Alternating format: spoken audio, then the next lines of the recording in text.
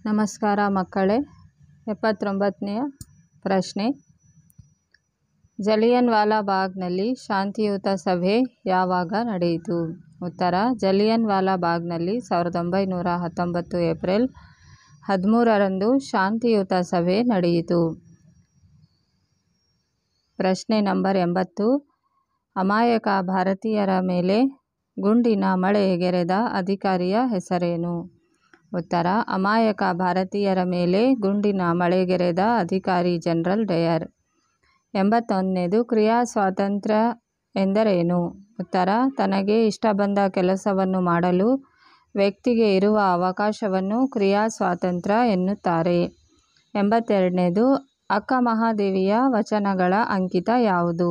ಉತ್ತರ: ಅಕ್ಕ ಮಹಾದೇವಿಯ ವಚನಗಳ ಅಂಕಿತ ಚನ್ನಮಲ್ಲಿಕಾರ್ಜುನ. 83ನೇದು.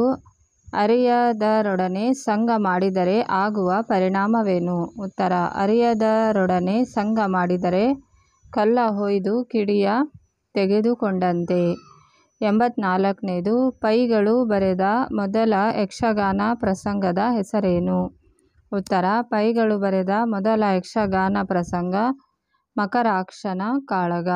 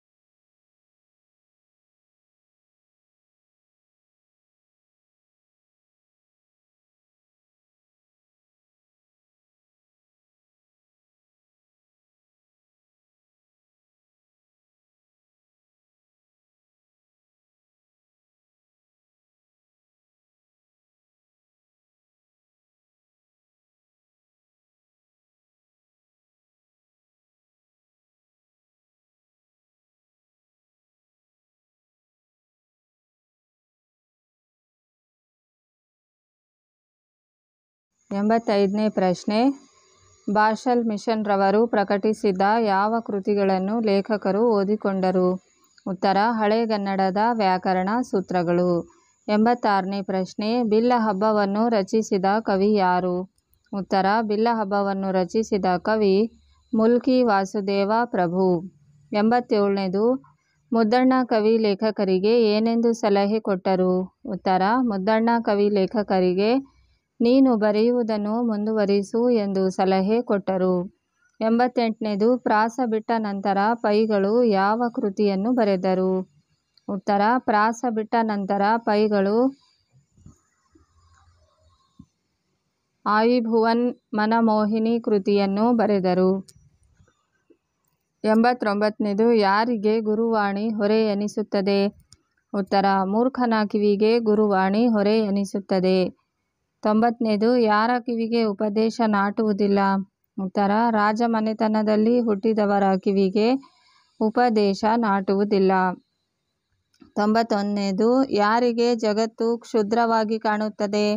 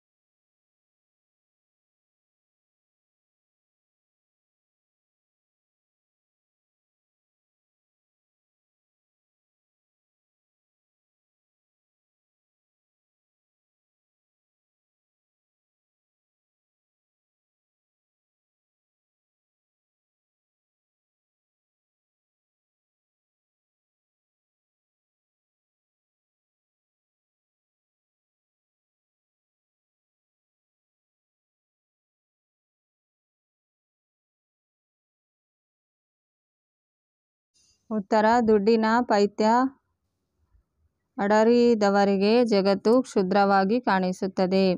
ಲೇಖಕರ ಅಥವಾ ಕವಿ ಪರಿಚಯ 6 ಅಂಕಗಳು. ಕವಿ ಪರಿಚಯದ ಮಾದರಿ ನಮೂನೆ.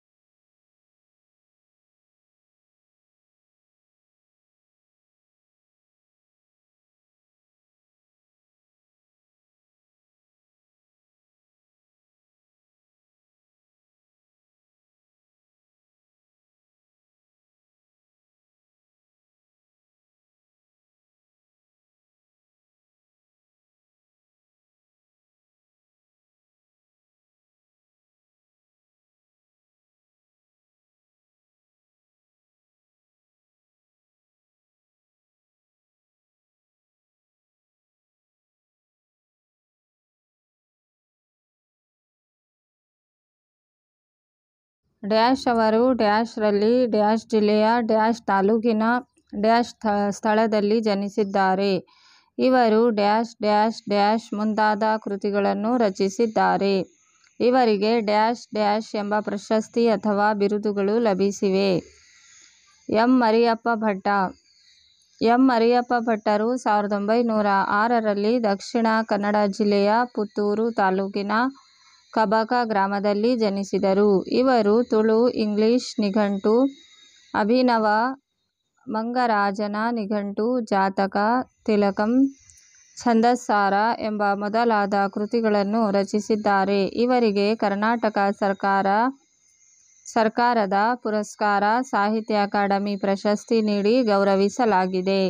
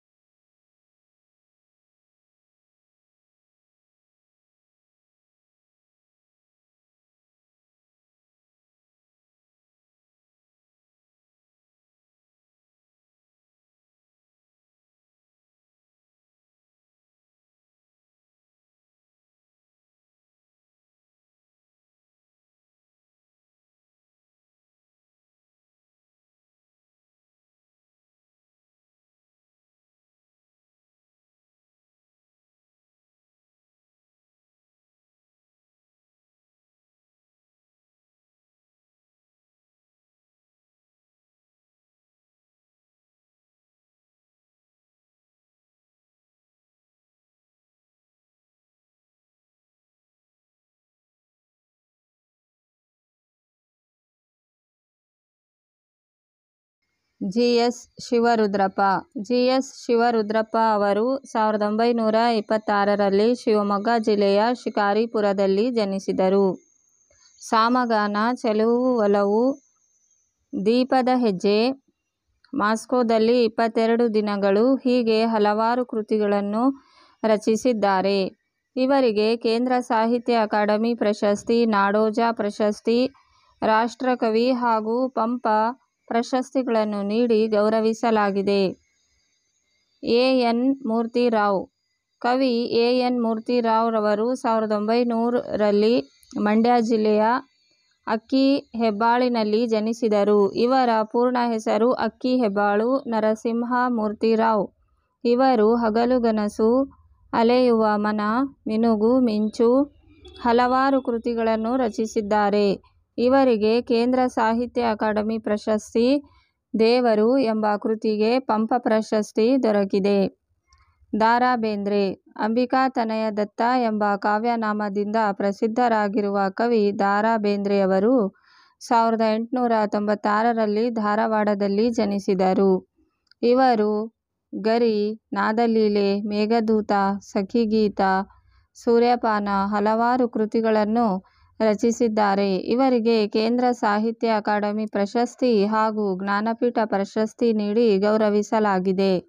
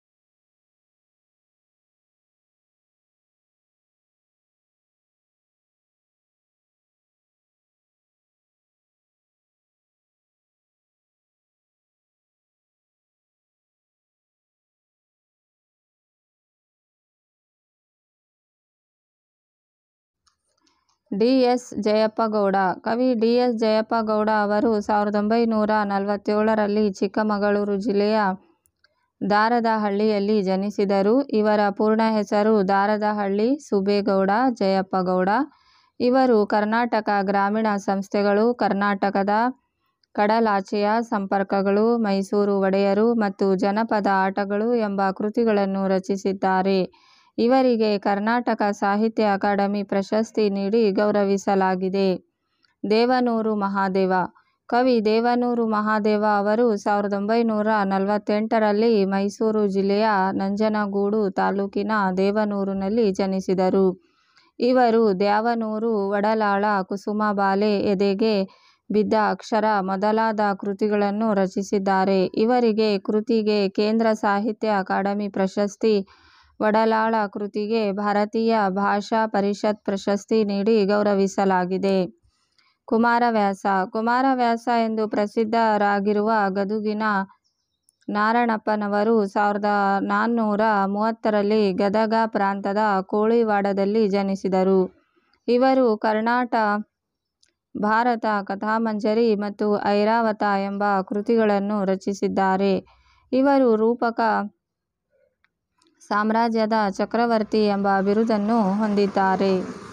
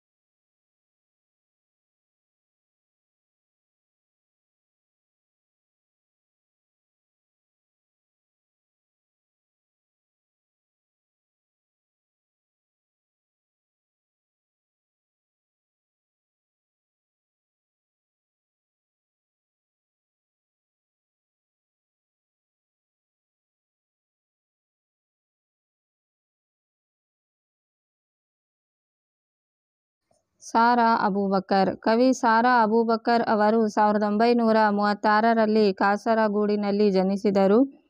ಇವರು ಸಹನ, ಕದನ ವಿರಾಮ, ವಜ್ರಗಳು, ಚಪ್ಪಲಿಗಳು ಹೀಗೆ ಹಲವಾರು ಕೃತಿಗಳನ್ನು ರಚಿಸಿದ್ದಾರೆ. ಇವರಿಗೆ ನೃಪತುಂಗ ಪ್ರಶಸ್ತಿ ನೀಡಿ ಗೌರವಿಸಲಾಗಿದೆ. ರನ್ನ. ಕವಿ ರನ್ನ ಅವರು 949ರಲ್ಲಿ ಬಾಗಲಕೋಟೆ ಜಿಲ್ಲೆಯ ಮುಧೋಳ ಎಂಬ ಗ್ರಾಮದಲ್ಲಿ ಜನಿಸಿದರು.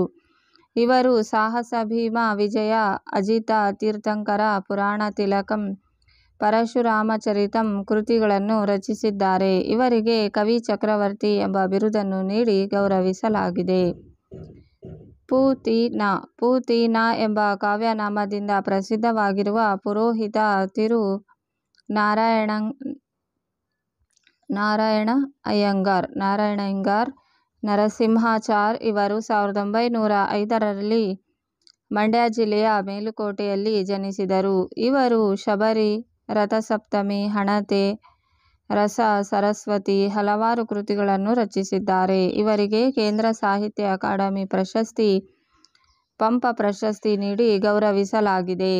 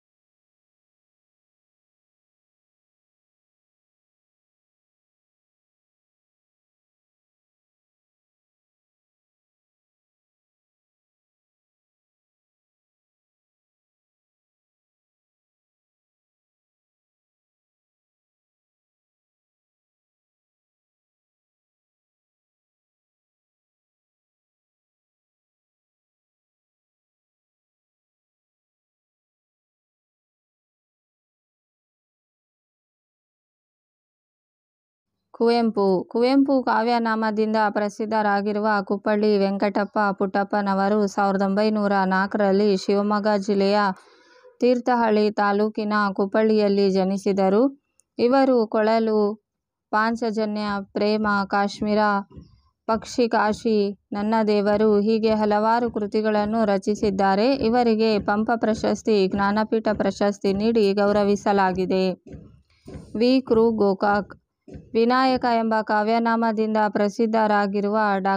ವಿನಾಯಕ್ ಕೃಷ್ಣ ಗೋಕಾಕ್ರವರು 1909ರಲ್ಲಿ ಹಾವೇರಿ ಜಿಲ್ಲೆಯ ಸವಣೂರಿನಲ್ಲಿ ಜನಿಸಿದರು. ಇವರು ಸಮುದ್ರಗೀತೆ, ಪಯಣ, ಉಗಮ, ಇಜ್ಜೋಡು ಹೀಗೆ ಮೊದಲಾದ ಕೃತಿಗಳನ್ನು ರಚಿಸಿದ್ದಾರೆ. ಇವರಿಗೆ ಕೇಂದ್ರ ಸಾಹಿತ್ಯ ಅಕಾಡೆಮಿ ಪ್ರಶಸ್ತಿ, ಜ್ಞಾನಪೀಠ ಪ್ರಶಸ್ತಿ ನೀಡಿ ಗೌರವಿಸಲಾಗಿದೆ. ಶಿವ ಕೋಟ್ಯಾಚಾರ್ಯರು ಕ್ರಿಸ್ತಶಕ ಸುಮಾರು 10ನೇ ಶತಮಾನದವರು. ಇವರು ವಿಜಯನಗರ ಜಿಲ್ಲೆಯ ಕೊಟ್ಟೂರು ತಾಲೂಕಿನ ಕೋಗಳಿ ನಾಡಿನಲ್ಲಿ ಜನಿಸಿದರು.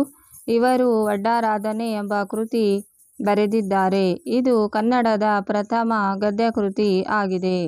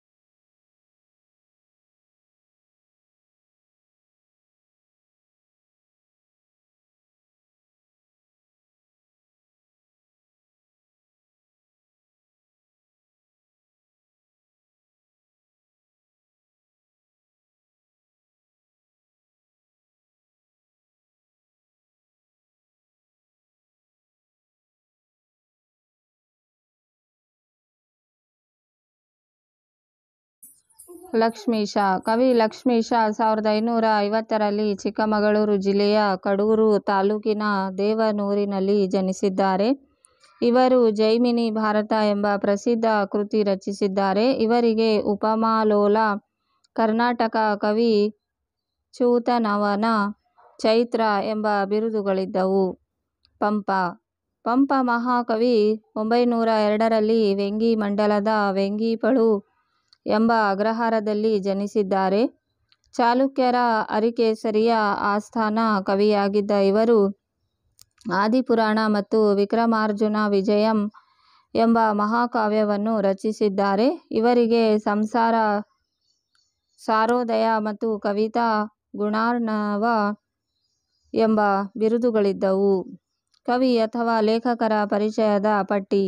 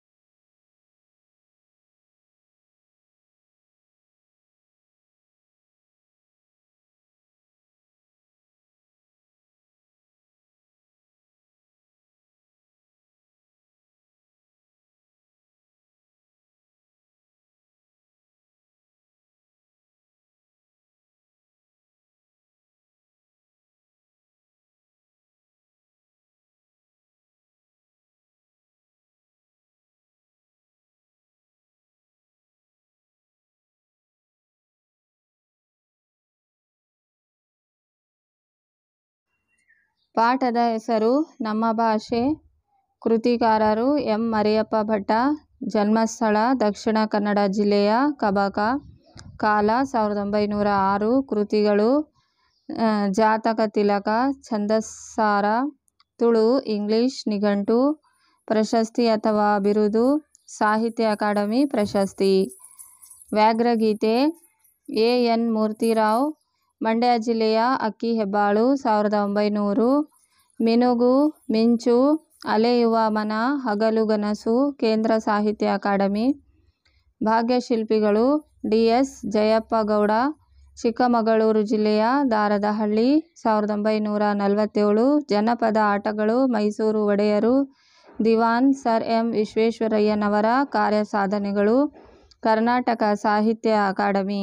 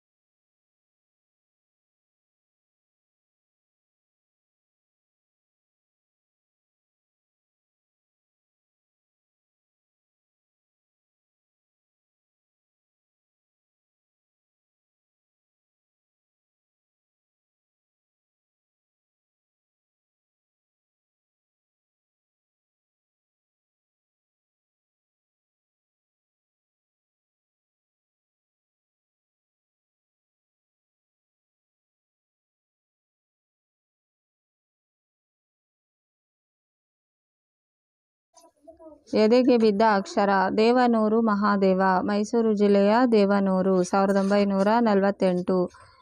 ದ್ಯಾವನೂರು ವಡಲಾಳ ಎದೆಗೆ ಬಿದ್ದ ಅಕ್ಷರ ಕುಸುಮಬಾಲೆ, ಕೇಂದ್ರ ಸಾಹಿತ್ಯ ಅಕಾಡೆಮಿ. ಸಂಕಲ್ಪ ಗೀತೆ ಜಿ.ಎಸ್. ಶಿವರುದ್ರಪ್ಪ, ಶಿವಮೊಗ್ಗ ಜಿಲ್ಲೆಯ ಶಿಕಾರಿಪುರ, 1926. ಎದೆ ತುಂಬಿ ಹಾಡಿದೆನು ಸಾಮಗಾನ, ದೇವಶಿಲ್ಪ ಅನಾವರಣ, ಪಂಪ ಪ್ರಶಸ್ತಿ, ರಾಷ್ಟ್ರಕವಿ.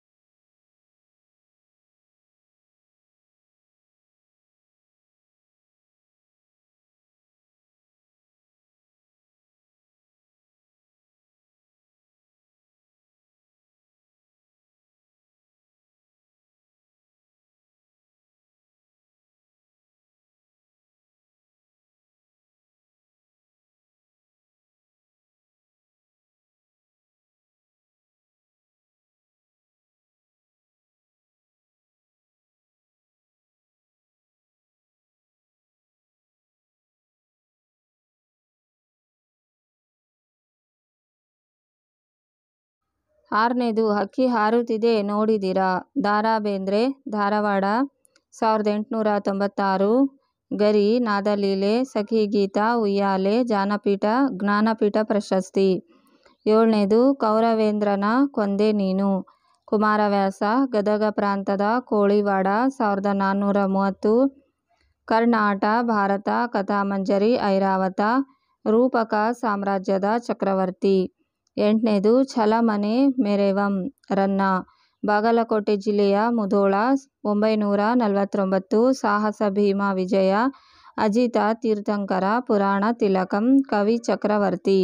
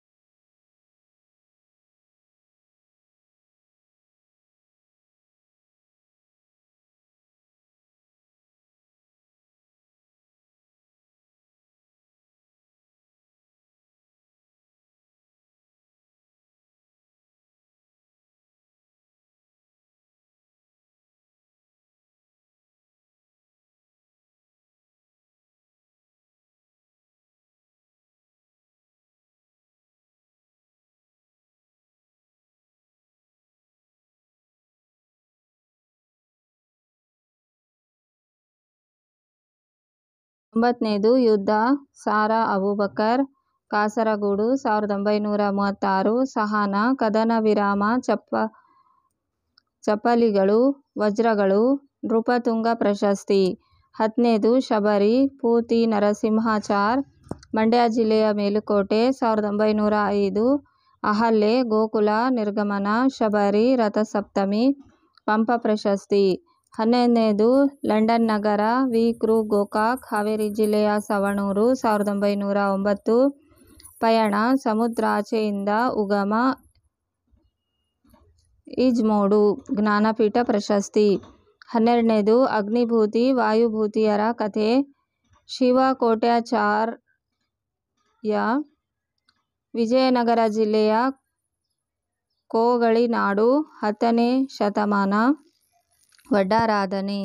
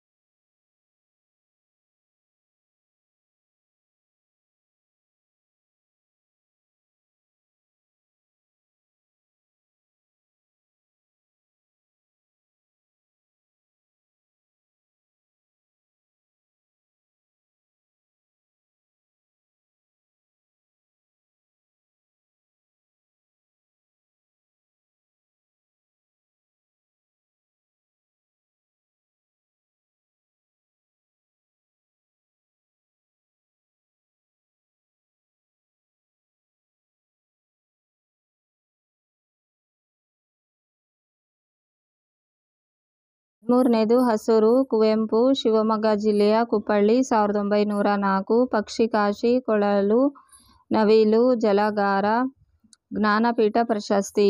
14ನೇದು ವೀರಲವ ಲಕ್ಷ್ಮೀಶ ಚಿಕ್ಕಮಗಳೂರು ಜಿಲ್ಲೆಯ ದೇವನೂರು 1550 ಜೈಮಿನಿ ಭಾರತ ಪಮಾಲೋಲ. 15ನೇದು ಕೆಮ್ಮನೆ ಮೀಸೆಯೊತ್ತನೆ ಪಂಪ ವೆಂಗಿಮಂಡಲದ ವೆಂಗಿಪಳು 902 ವಿಕ್ರಮಾರ್ಜುನ ವಿಜಯ ಆದಿಪುರಾಣ ಸರಸ್ವತಿ ಮಣಿ ಹಾರ.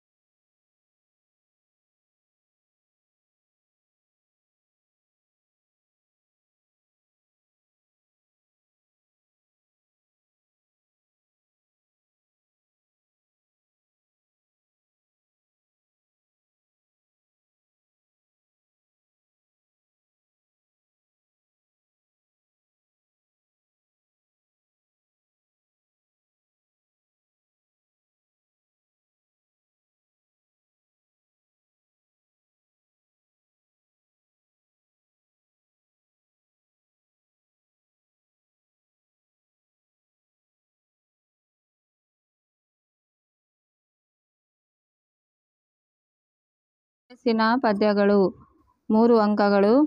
ಏನು ಹೇಳೈ ಕರ್ಣಚಿತ್ತ ಗ್ಲಾನಿ ಯಾವುದು ಮನಕೆ ಕುಂತಿ ಸೋನುಗಳ ಬೆಸಕೈಸಿಕೊಂಬುದು ಸೇರದೆ ನಿನಗೆ. ಭಾಮಿನಿ ಷಟ್ಪದಿ.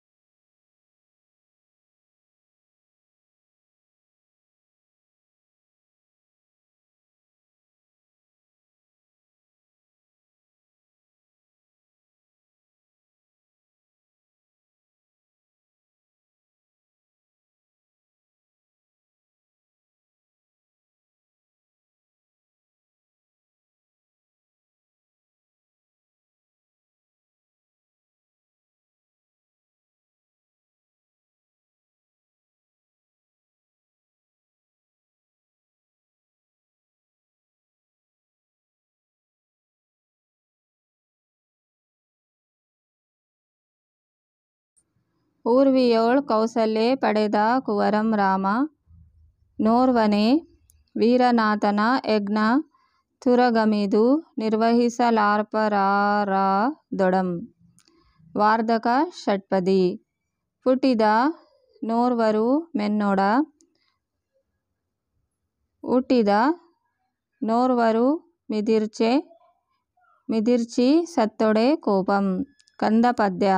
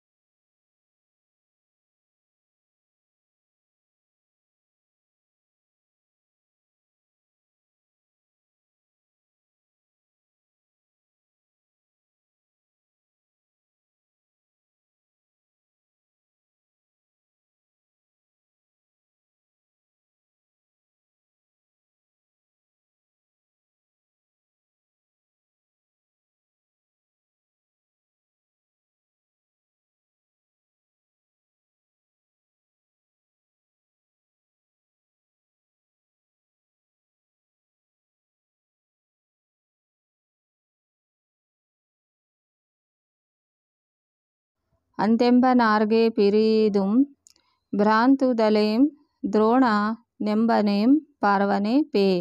ಕಂದ ಪದ್ಯ. ನ ಜ ಭ ಜ ಜ ಜ ರ ಖಳನೊಳ ವಿಂಗೆ ಕುಪ್ಪೆ ವರ ಮೆಂಬ ಒಲಾಂಬರ ಮುಂಚೆ ನಿನ್ನದೊಂ ಚಂಪಕಮಾಲ ವೃತ್ತ.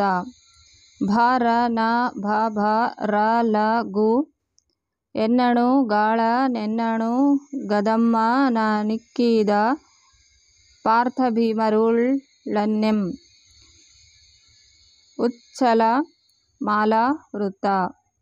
ಉತ್ಪಲಮಾಲಾ ವೃತ್ತ.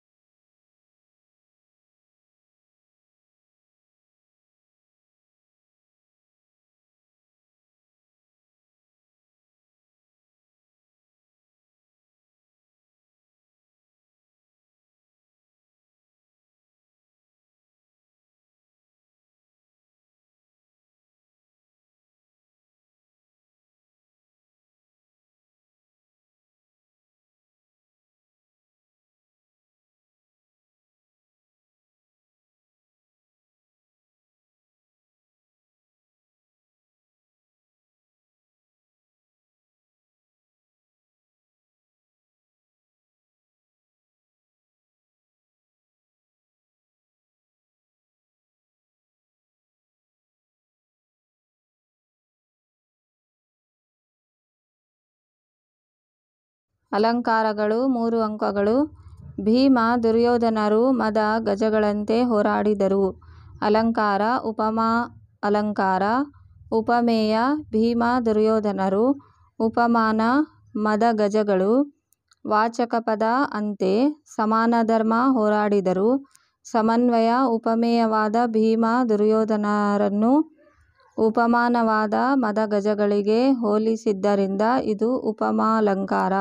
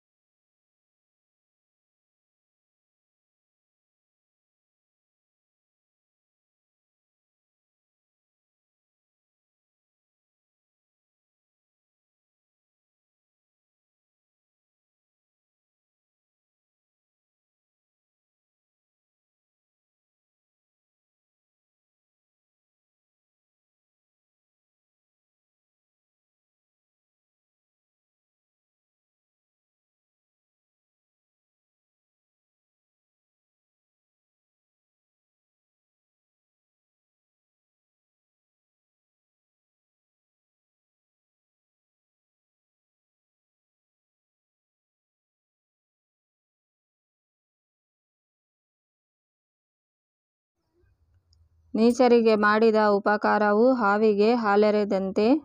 ಉಪಮಾಲಂಕಾರ ಉಪಮೇಯ ನೀಚರಿಗೆ ಮಾಡಿದ ಉಪಕಾರ. ಉಪಮಾನ ಹಾವಿಗೆ ಹಾಲೆರೆಯುವುದು. ವಾಚಕ ಪದ ಅಂತೆ ಸಮಾನಧರ್ಮ ವ್ಯರ್ಥ. ಸಮನ್ವಯ ಉಪಮೇಯವಾದ ನೀಚರಿಗೆ ಮಾಡಿದ ಉಪಕಾರವನ್ನು ಉಪಮಾನವಾದ ಹಾವಿಗೆ ಹಾಲೆರೆಯುವುದಕ್ಕೆ ಹೋಲಿಸಿದ್ದರಿಂದ ಇದು ಉಪಮಾಲಂಕಾರ.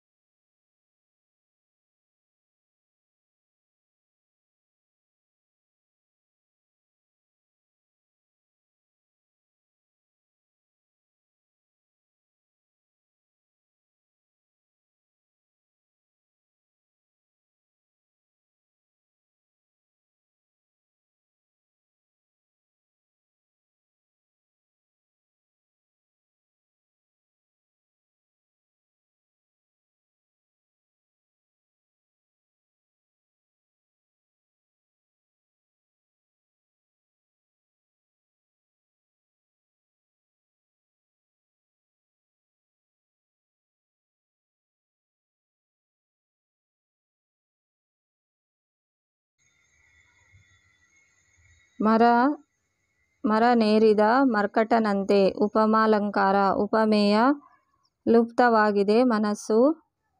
ಉಪಮಾನ ಮರನೇರಿದ ಮರ್ಕಟ. ವಾಚಕ ಪದ ಅಂತೆ ಸಮಾನಧರ್ಮ ಚಂಚಲತೆ. ಸಮನ್ವಯ ಉಪಮೇಯವಾದ ಮನಸ್ಸನ್ನು ಉಪಮಾನವಾದ ಮರನೇರಿದ ಮರ್ಕಟಕ್ಕೆ ಹೋಲಿಸಿದ್ದರಿಂದ ಇದು ಉಪಮಾಲಂಕಾರ.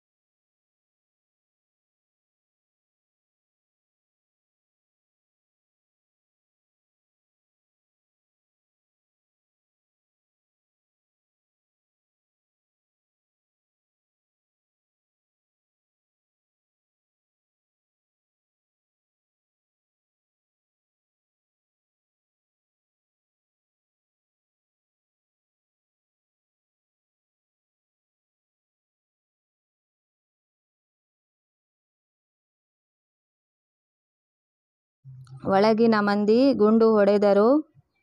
ಮುಂಗಾರಿ ಸಿಡಿಲ ಸಿಡಿದಾಂಗ ಉಪಮಾಲಂಕಾರ ಉಪಮೇಯ ಒಳಗಿನ ಮಂದಿ ಗುಂಡು ಹೊಡೆಯುವುದು.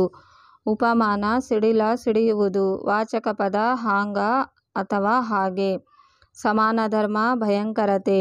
ಸಮನ್ವಯ ಉಪಮೇಯವಾದ ಒಳಗಿನ ಮಂದಿ ಗುಂಡು ಹೊಡೆಯುವುದನ್ನು ಉಪಮಾನವಾದ ಸಿಡಿಲ ಸಿಡಿಯುವುದಕ್ಕೆ ಹೋಲಿಸಿದ್ದರಿಂದ ಇದು ಉಪಮಾಲಂಕಾರ.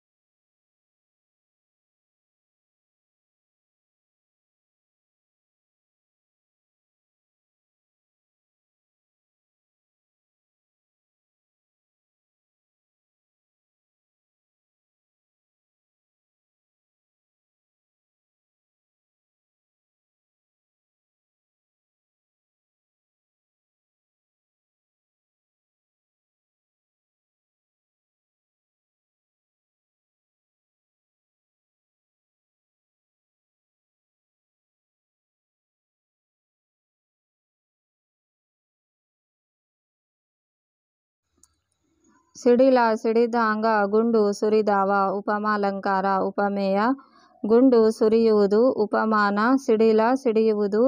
ವಾಚಕ ಪದ ಹಾಂಗ ಅಥವಾ ಹಾಗೆ. ಸಮಾನ ಧರ್ಮ ಭಯಂಕರತೆ. ಸಮನ್ವಯ ಉಪಮೇಯವಾದ ಗುಂಡು ಸುರಿಯುವುದನ್ನು ಉಪಮಾನವಾದ ಸಿಡಿಲ ಸಿಡಿಯುವುದಕ್ಕೆ ಹೋಲಿಸಿದ್ದರಿಂದ ಇದು ಉಪಮಾಲಂಕಾರ.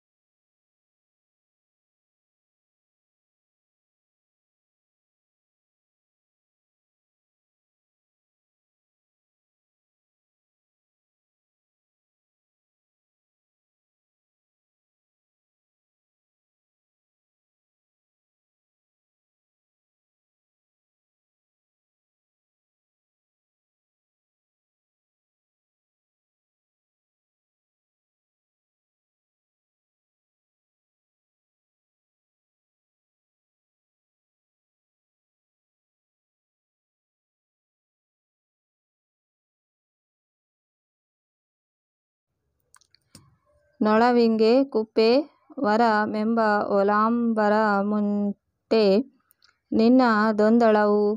ಉಪಮಾಲಂಕಾರ ಉಪಮೇಯ ನಿನ್ನ ದೊಂದಳವು ದ್ರುಪದನ ಸಂಪತ್ತು. ಉಪಮಾನ ನೊಳವಿಂಗೆ ಕುಪ್ಪೆ ವರ ನೊಣಕ್ಕೆ ತಿಪ್ಪಿಯಂತೆ. ವಾಚಕ ಪದ ಓಲ್. ಸಮಾನ ಧರ್ಮ ತುಚ್ಛ. ಸಮನ್ವಯ ಉಪಮೇಯವಾದ ದ್ರುಪದನ ಸಂಪತ್ತನ್ನು ಉಪಮಾನವಾದ ತಿಪ್ಪೆಗೆ ಹೋಲಿಸಿದ್ದರಿಂದ ಇದು ಉಪಮಾಲಂಕಾರ.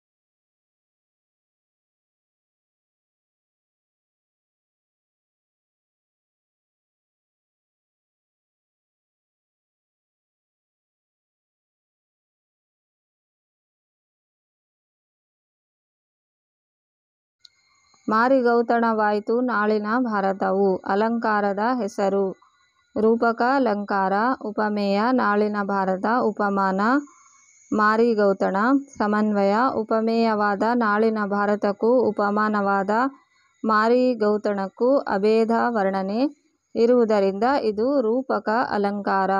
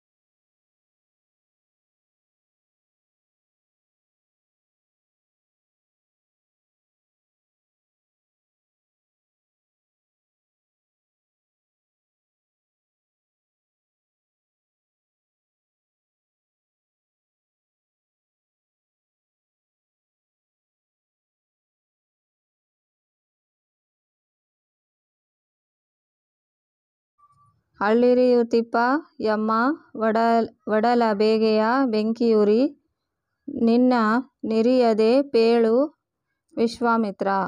ಅಲಂಕಾರದ ಹೆಸರು ರೂಪಕ ಅಲಂಕಾರ, ಉಪಮೇಯ ಒಡಲಬೇಗೆ, ಉಪಮಾನ ಬೆಂಕಿಯುರಿ, ಸಮನ್ವಯ ಉಪಮೇಯವಾದ ಒಡಲಬೇಗೆಗೂ ಉಪಮಾನವಾದ ಬೆಂಕಿಯುರಿಗೂ ಅಭೇದ ವರ್ಣನೆ ಇರುವುದರಿಂದ ಇದು ರೂಪಕ ಅಲಂಕಾರ.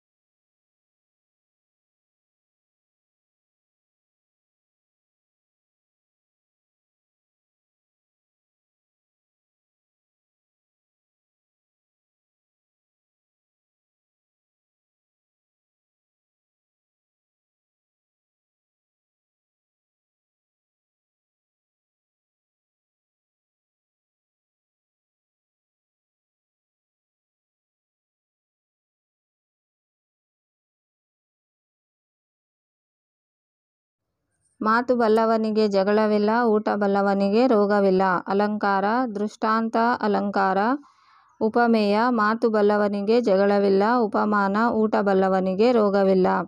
ಸಮನ್ವಯ ಉಪಮೇಯವಾದ ಮಾತು ಬಲ್ಲವನಿಗೆ ಜಗಳವಿಲ್ಲ, ಉಪಮಾನವಾದ ಊಟ ಬಲ್ಲವನಿಗೆ ರೋಗವಿಲ್ಲ.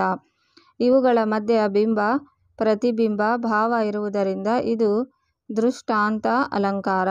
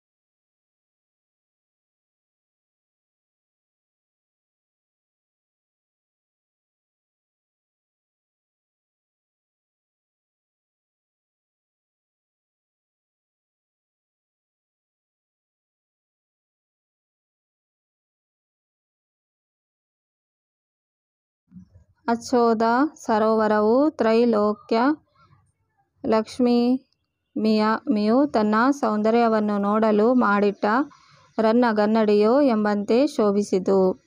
ಉತ್ಪ್ರೇಕ್ಷಾಲಂಕಾರ ಉಪಮೇಯ ಅಚ್ಚೋದ ಸರೋವರ ಉಪಮಾನ ರನ್ನಗನ್ನಡಿ ಸಮನ್ವಯ ಉಪಮೇಯವಾದ ಅಚ್ಚೋದ ಸರೋವರವನ್ನು ಉಪಮಾನವಾದ ರನ್ನಗನ್ನಡಿ ಎಂಬುದಾಗಿ ಕಲ್ಪಿಸಿರುವುದರಿಂದ ಇದು ಉತ್ಪ್ರೇಕ್ಷ ಅಲಂಕಾರ.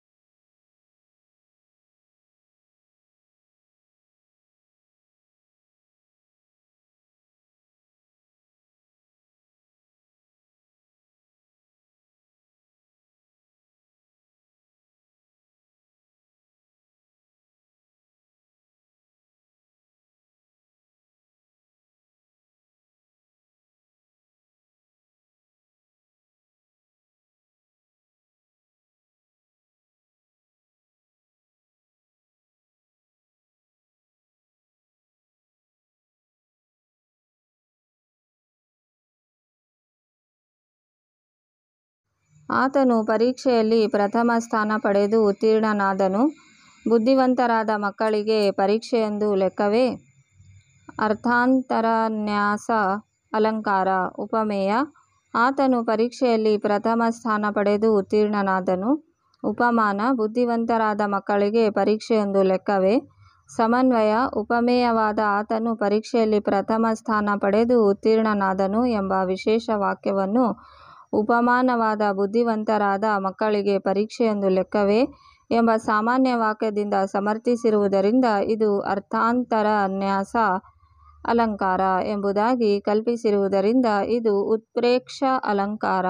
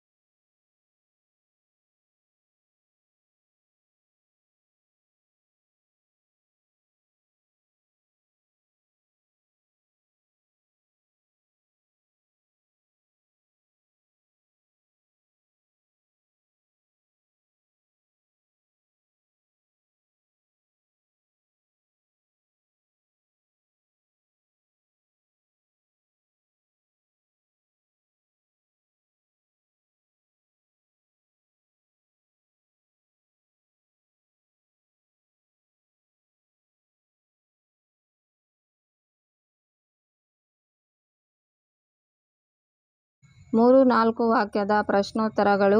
ಕೊಟ್ಟಿರುವ ಪ್ರಶ್ನೆಗಳಿಗೆ 3-4 ವಾಕ್ಯಗಳಲ್ಲಿ ಉತ್ತರ ಬರೆಯಿರಿ. 2 ಅಂಕದ ಸುಲಭ ಹಾಗೂ ನೆನಪಿನಲ್ಲಿ ಇಟ್ಟುಕೊಳ್ಳಬಹುದಾದ ಕಿರು ಉತ್ತರಗಳು. ಮೊದಲನೇದು, ಹುಲಿಯು ಹಿಂದಿನಿಂದ ಹಾರಿ ಕೊಲ್ಲದಿರಲು ಕಾರಣವೇನು?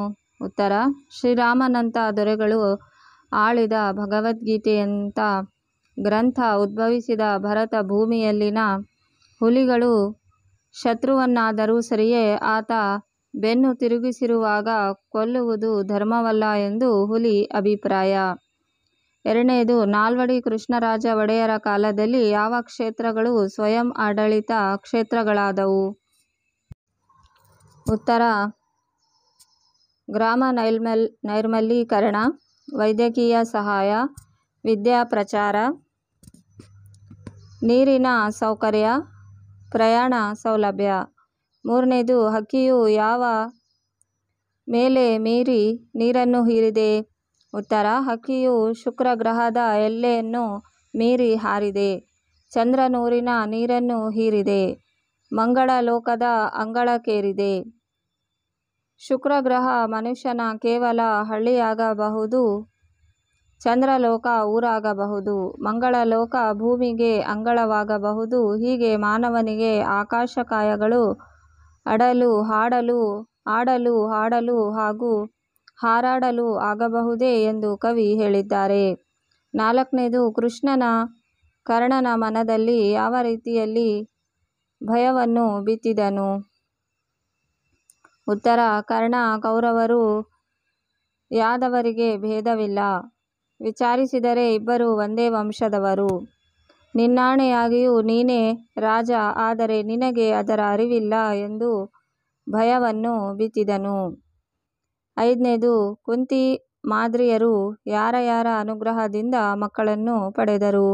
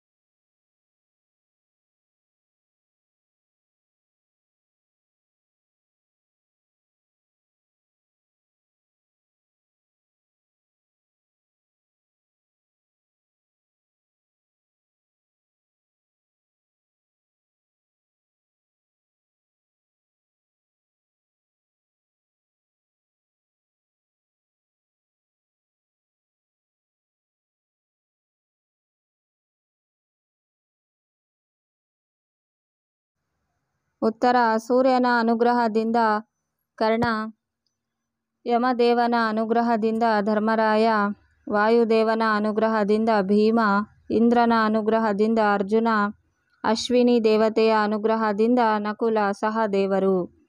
6ನೇದು, ಈ ನೆಲದೊಡನೆ ತಾನು ಸಹಬಾಳ್ವೆ ಮಾಡುವುದಿಲ್ಲವೆಂದು ದುರ್ಯೋಧನ ಹೇಳುವುದೇಕೆ?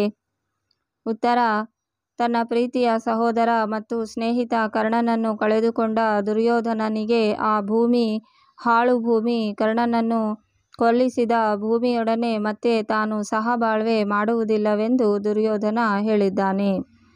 7ನೇದು, ಪಾರ್ಥ ಭೀಮರ ಬಗೆಗೆ ದುರ್ಯೋಧನನ ಅಭಿಪ್ರಾಯವೇನು?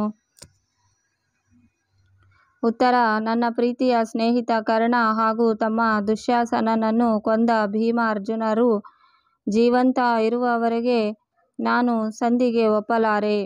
ಮೊದಲು ಆ ಇಬ್ಬರನ್ನು ಕೊಲ್ಲುವೆನು. ಹಾಗೆ ಕೊಂದ ಬಳಿಕ ಧರ್ಮರಾಜರೊಡನೆ ಸಂಧಿ ಮಾಡಿಕೊಳ್ಳುವೆನು.